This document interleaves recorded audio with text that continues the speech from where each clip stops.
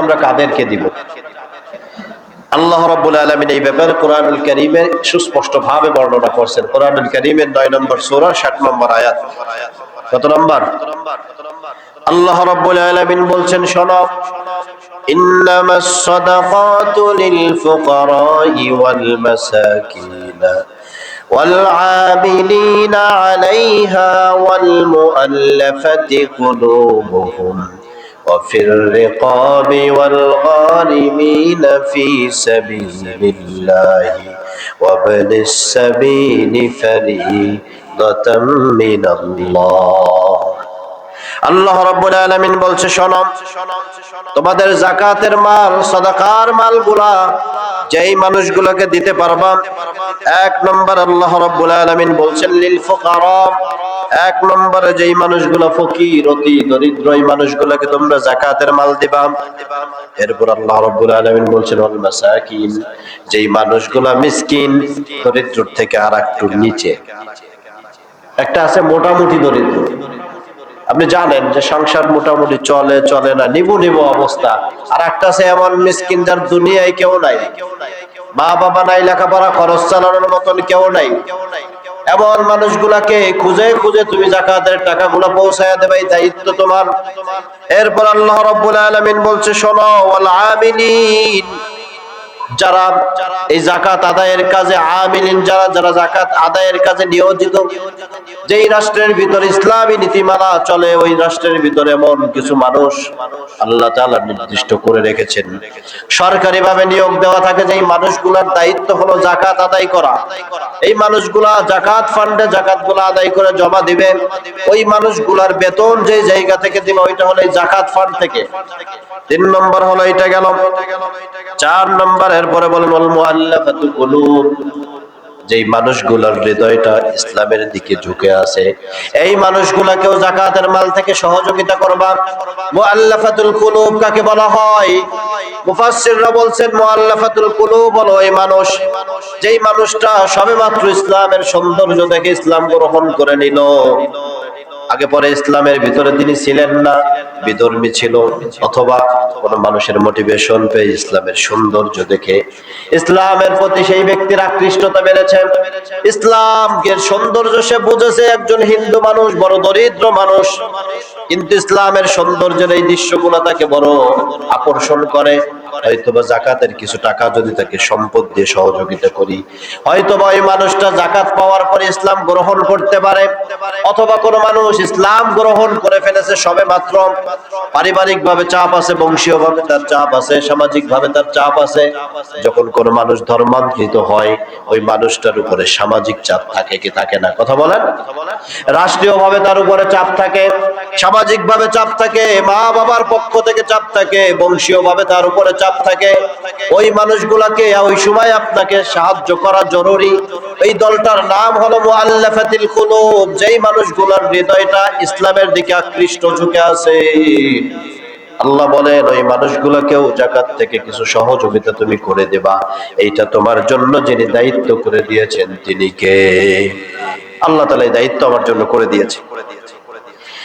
এরপরে বলছে, শোনো, ওয়াফির রিকাব, যেই ব্যক্তিটা গোলামের জিনজিরে আবদ্ধ, এই মানুষগুলোকে আপনি মুক্ত করে দিবেন। এই খাতে আপনি যাকাতের টাকা ব্যবহার করবেন। এখনের যুগে তো আর গোলামির কোন সিস্টেম নাই, আসেনি ভাই? গোলামির সিস্টেম নাই, কিন্তু একজন মানুষ টাকার বেড়াজালে পড়ে জেলখানায় বছরের পর বছর অন্যায় ভাবে জুলুমের শিকার হয়ে আছে, এমন অনেক মানুষ আছে না নাই? আপনি জানেন, কিন্তু তার পেছনে কোনো মানুষ নাই 5টা টাকা খরচ করে তাকে মুক্ত করবে। যদি আপনি জানেন নিশ্চিত সেই ব্যক্তিটা মাজলুম, তাকে সহযোগিতা করা। কিন্তু একজন ইয়াবা খায়, এই জন্য তারে পুলিশ নিয়েছে, সে কি মাজলুম না জালেম? জালেম। ওরে সারাইলে আপনার গুনাহ হবে। একজন রাস্তায় দাঁড়ায় ইফটিজিং করে, একজন ডেলি ডেলি চুরি করে, একজন মানুষ হত্যা করে গেছে, তার আগে পিছনে কিচ্ছু নাই। ওই যে গত বছর সাংবাদিক তুহিনরে হত্যা করলো কেটু বিচার, আর ওরা যদি কেউ সারাইতে যান, এটা কি ওর উপরে সহানুভূতি হলো না ওর উপরে আরো জুলুম করার সহযোগিতা হলো? ভাই, জুলুম করার সহযোগিতা। আপনাকে এটা বুঝতে হবে কে মাজলুম, কে জুলুমের শিকার হচ্ছে, তার জন্য খরচ করা।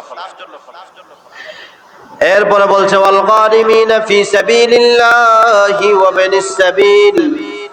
এরপরে আল্লাহ রাব্বুল আলামিন বলছেন যেই ব্যক্তিটা ঋণগ্রস্ত আছে, ঋণ পরিশোধ করতে পারে না, ঋণের কারণে তার মেয়েটা বিবাহ দিতে পারে না, আপনার সামান্য সহযোগিতায় ওই মানুষটা ঋণ পরিশোধ করলে সামাজিকভাবে সে সুন্দরভাবে চলতে পারে, তার কন্যা দায়গ্রস্ততা থেকে সে মুক্তি পায়, মেয়েটাকে বিবাহ দিতে পারে, অথবা সন্তানটাকে একটু পড়ানোর জন্য সুযোগ সে পায়, অথবা সামাজিকভাবে যে সে হেয় হচ্ছে, মানুষের কাছে ছোট হয়, এই জায়গা থেকে সে বের হতে পারে। এই মানুষগুলোকেও যাকাতের মাল থেকে সহযোগিতা করার বিধান যিনি দিয়েছেন তিনি কে? আল্লাহ তাআলা বিধান দিয়েছেন। এরপরে বলছে ফি সাবিলিল্লাহ, যেই ব্যক্তি আল্লাহর দ্বীনের পতাকাকে আল্লাহর জমিনে উঁচু করার জন্য মুজাহিদ ফি সাবিলিল্লাহ, যেই মানুষগুলা আল্লাহর রাস্তায় সশরীরে জিহাদের ময়দানে অবতীর্ণ হয়েছে, ওই মানুষগুলাকেও যাকাতের মাল থেকে সহযোগিতা করবেন, এটাই কোনো সমস্যা নাই, এরাও যাকাত নিতে পারবে। এরপরে বলছে ওয়াবনুস সাবিল, মুসাফির, এমন অনেক মানুষ এই কালিয়াকর বাজারে তাকাইলেই দেখবেন মাঝে মাঝে এসে বলে ভাই 5 দিন ধরে আসছি, কাজ পাই না, দেশের বাড়িতে যাব। বাস্তবতা আল্লাহ ভালো জানেন, অধিকাংশই বাটপার হয়ে থাকে, তবে 2-4 জন হতেও পারে। বাস্তবতাটা বোঝার চেষ্টা করে ওই মানুষগুলোকে আপনি সহযোগিতা করা, অথবা কিছু মানুষ তবলিগে বের হইছে, আসার পরে টাকার অভাবে যাইতে পারতেছে না, এরকম হয় না ভাই অনেক সময়, তাকেও আপনি যাকাত থেকে সহযোগিতা করতে পারেন। অথবা একজন ভিনদেশী মানুষ, এই যে কিছুদিন আগে আমরা দেখেছিলাম ইরান থেকে এক ভদ্রলোক বাংলাদেশে আসছে, আসার পরে ছিনতাইয়ের শিকার, এখন যে সে দেশে ফিরে যাবে এই অবস্থাটাও তার নাই, তিনি ভ্রমণে আসছেন। এই মানুষকেও যাকাতের মাল থেকে সহযোগিতা করার বিধান কে বলছেন? আল্লাহ বলছেন ওয়াবনুস সাবিল, এই যে ভ্রমণরত যে মানুষগুলা, এই মানুষগুলোকেও যাকাত থেকে দেওয়া যাবে, এটাই কোনো কি নাই, সমস্যা নাই। তাহলে যাকাত দেওয়া যাবে কয় শ্রেণীর মানুষকে? 8 শ্রেণীর মানুষকে। কয় শ্রেণী? 1 নম্বর যেই শ্রেণীর মানুষ তারা হলো ফকির, অতি দরিদ্র। 2 নম্বর মিসকিন। 3 নম্বর যারা যাকাত ফান্ড কালেক্ট করে। 4 নম্বর মুআল্লাফাতুল কুলুব, সবেমাত্র ইসলাম গ্রহণ করছে অথবা ইসলামের প্রতি যারা আকৃষ্ট। 5 নম্বর দাস। 6 নম্বর ঋণগ্রস্ত। 7 নম্বর ফি সাবিলিল্লাহ, যে ব্যক্তি আল্লাহর রাস্তায় জিহাদ করছে। 8 নম্বর যে ব্যক্তি মুসাফির, এই মানুষকে দান করা যাবে যাকাত ফান্ড থেকে। কয় শ্রেণীর মানুষকে ভাই? 8 শ্রেণীর মানুষ থেকে।